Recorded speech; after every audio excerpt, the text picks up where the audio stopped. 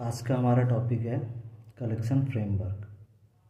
तो collection framework को जानने से पहले हम लोग ये जान लेते हैं कि कलेक्शन फ्रेमवर्क का ज़रूरत क्यों पड़ा।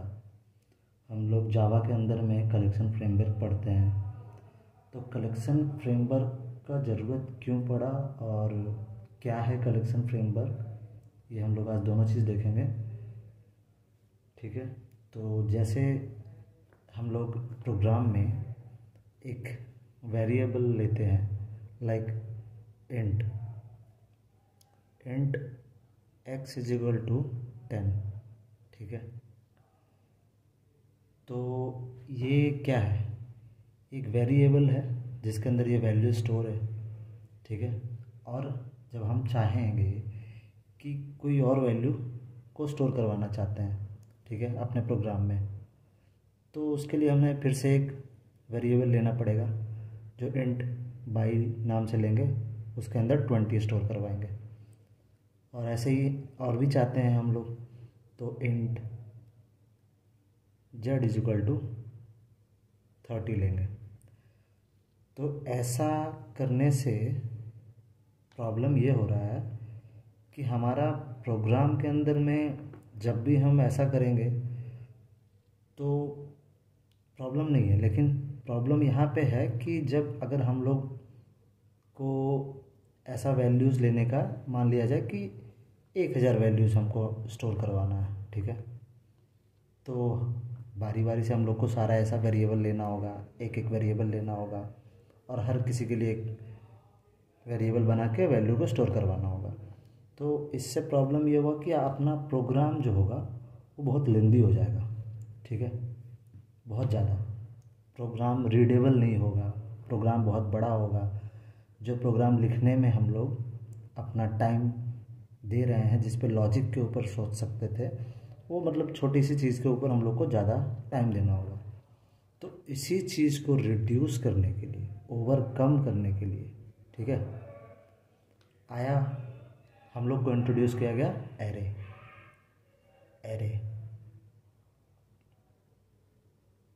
ठीक है, एरे में क्या होता है, एरे में ये होता है कि एरे में हम लोग जैसे एक एरे बनाएं, ठीक है, तो एरे में हम लोग एक रेफरेंस वेरिएबल दिए और इसके अंदर में हम लोग जितना चाहें वैल्यू स्टोर करवा सकते हैं।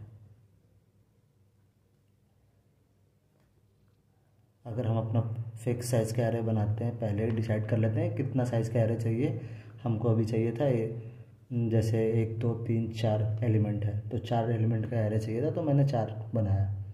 ठीक है, तो इस प्रॉब्लम को ओवरकम करने के लिए एरे आया। ठीक है, लेकिन एरे के अंडर में भी बहुत सारा है जो लिमिटेशंस है, बहुत सारी ऐसी प्रॉब्लम है जो इसके अंदर आती है, और उन्हीं प्रॉब्लम्स को ओवरकम करने के लिए कलेक्शन फ्रेमवर्क का ज़रूरत पड़ा। तो कलेक्शन फ्रेमवर्क बनाया गया। अब ये देखते हैं कि एरे के अंदर में लिमिटेशंस क्या आते हैं। तो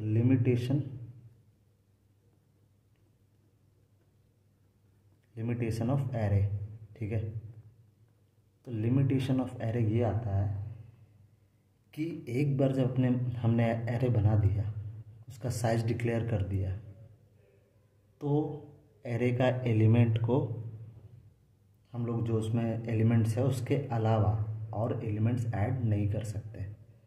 ठीक है, एक बार एरे बन गया तो दोबारा उसके अंदर जितना भी साइज़ का, अगर 5 साइज़ का एलिमेंट का बनाता अपन एरे को, ठीक है, तो अपन बनाते ऐसा 5 साइज़ का एलिमेंट का एरे को, तो हम लोग उसमें छठा एलिमेंट को ऐड नहीं कर सकते, क्योंकि वो ऑलरेडी हम लोग 5 साइज़ का ही बनाया है। ठीक है, तो अगर 6 साइज़ का बनाते तो 6 एलिमेंट यूज कर सकते थे। तो यहाँ पे क्या है, प्रॉब्लम है कि अगर एक बार डिक्लेयर कर दिया एरर, और तो फिर अपने साथ यही प्रॉब्लम होता है कि हम लोग उसको दोबारा से ज़्यादा वैल्यू स्टोर नहीं कर सकते। तो लिमिटेशन ऑफ एरे में यही है कि array is fixed in size. ठीक है, एक ये प्रॉब्लम हो गया। दूसरा होता है कि एरे में सिर्फ एक टाइप का ही एलिमेंट को हम लोग स्टोर कर सकते हैं, होमोजीनियस एलिमेंट। होमोजीनियस कहने का मतलब क्या होता है कि होमोजीनियस वर्ड याद रखिएगा, क्योंकि ये आगे चल के आपको ज़रूरत पड़ेगा।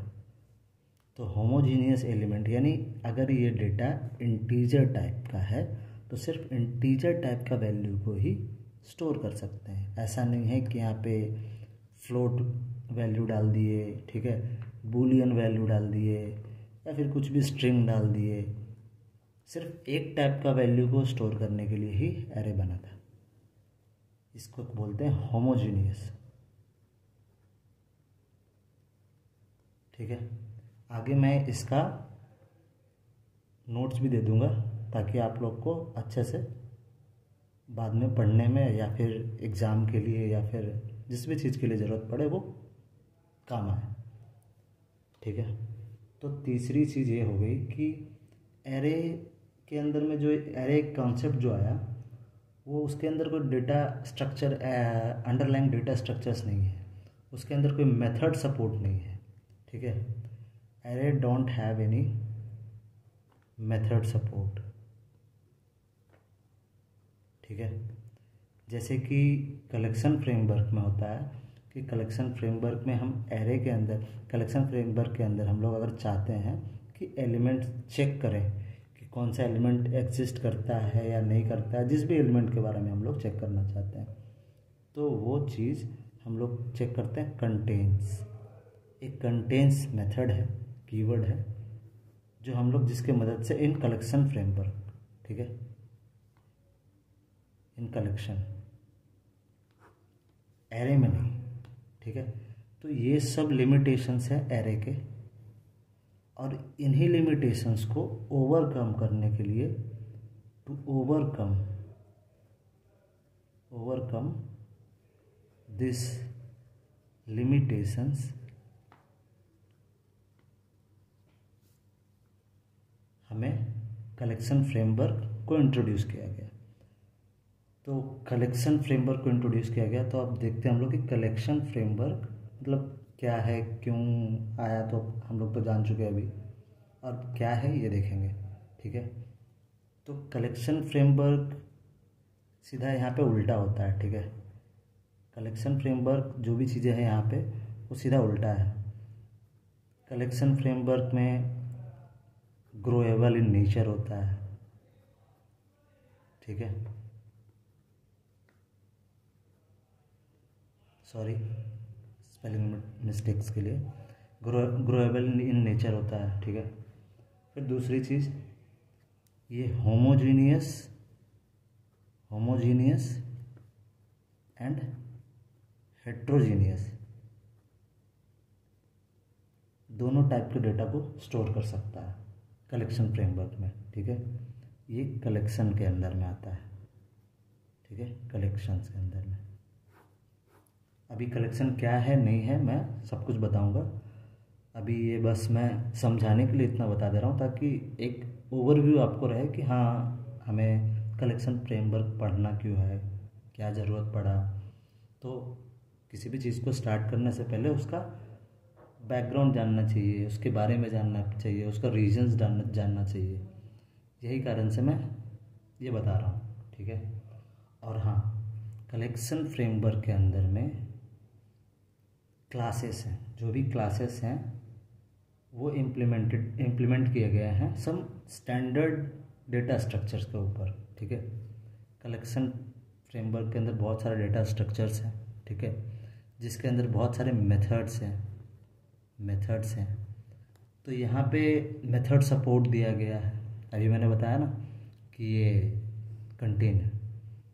ठीक है, इसका आपको आगे में इसका समझ में आएगा कि मैं क्या बोल रहा हूँ। अगर अब अभी नहीं समझ में आ रहा है तो ठीक है, कोई दिक्कत नहीं है, अभी आगे बहुत कुछ ऐसा चीज़ है जो आपको क्लियर कर देगा। बस यहाँ पे जानना ये है कि क्यों ज़रूरत पड़ा, तो अपन ये जान लें। ठीक है, और आप देखते हैं कि थियोरेटिकल पार्ट जो है कि हम लोग को क्या क्या नोट्स में ध्यान में रखना चाहिए और क्या क्या एग्ज़ाम्स के लिए इम्पोर्टेंट हो सकते हैं, इंटरव्यू क्वेश्चंस के लिए इम्पोर्टेंट हो सकते हैं। ठीक है, तो फर्स्ट मैंने बताया था आप लोग को पहले array is an indexed collection of fixed number of homogeneous data elements. ठीक है, होमोजीनियस का मैंने पहले आपको बता दिया है कि क्यों है, होमोजीनियस का मतलब क्या है। ठीक है,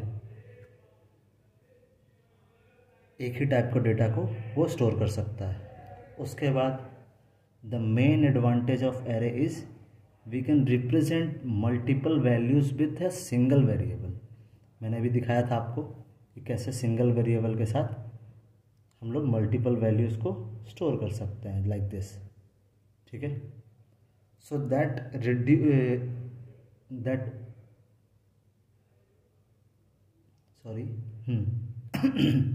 that readability, reusability of the code will be improved। reusability of the code, ठीक है, हम कोड को बार बार यूज कर सकते हैं। कहीं पे हम लोग को बार बार अलग अलग वेरिएबल्स डाल के वैल्यू स्टोर करवाने की ज़रूरत नहीं है, हम लोग कहीं भी उसको यूज कर सकते हैं प्रोग्राम के अंदर में। उसके बाद arrays concept is not implemented based on some standard data structure, hence ready-made method support is not available।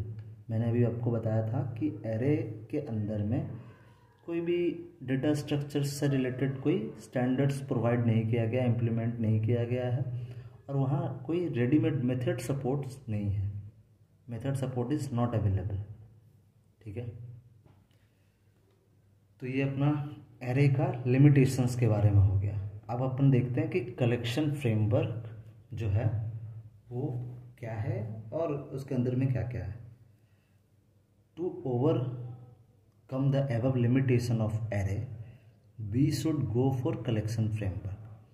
मतलब एरे का जो भी लिमिटेशंस था उसको ओवरकम करने के लिए हमें कलेक्शन फ्रेमवर्क को यूज़ करना चाहिए।